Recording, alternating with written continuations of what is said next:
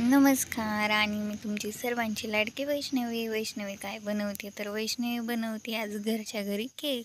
तर तो कसा बनवायचा तर माझ्याकडे एक पार्ले बिस्किटचं पॅकेट होतं. तर ते मी छान असं मिक्सरला बारीक केलेलं आहे.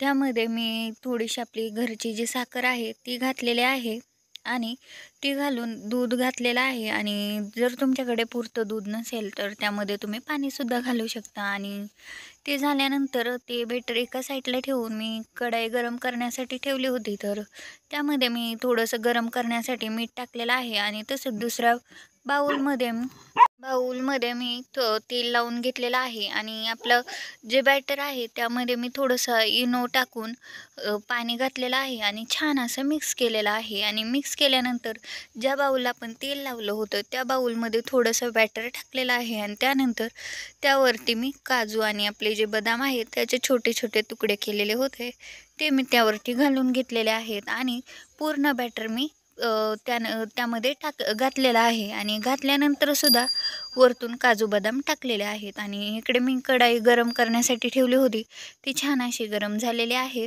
थोडंसं मीठ हलवलं आहे आणि त्यावरती आपलं जे बॅटरची प्लेट आहे ती ठेवून दिलेली आहे. आणि गॅस मीडियम साईजवरती ठेवायचा आहे.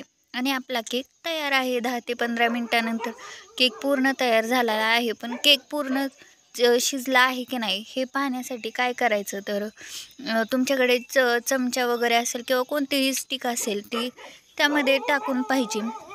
तर जर त्या स्टिकला किंवा चमच्याला थोडं काही लागलं तर केक तुमचा कच्चा आहे. पण इकडे आपल्या चमच्याला काहीच लागलेलं नाही. आणि केक थंड झाल्यानंतर मी छान असं काढूनसुद्धा घेतलेलं आहे. तर बघू शकता तुम्ही किती छान प्रकारे एकदम सॉफ्ट झालेला आहे आणि खूपच छान लागतो आहे. आणि हेल्थसाठी सुद्धा चांगला आहे केक हा. आणि त्यावरती तुम्ही मेल्ट करून आपली जी चॉकलेट आहे ती सुद्धा टाकू शकता. व्हिडिओ आवडला असेल तर आपल्या चॅनलला नक्कीच लाईक शेअर आणि सबस्क्राईब करायला विसरू नका.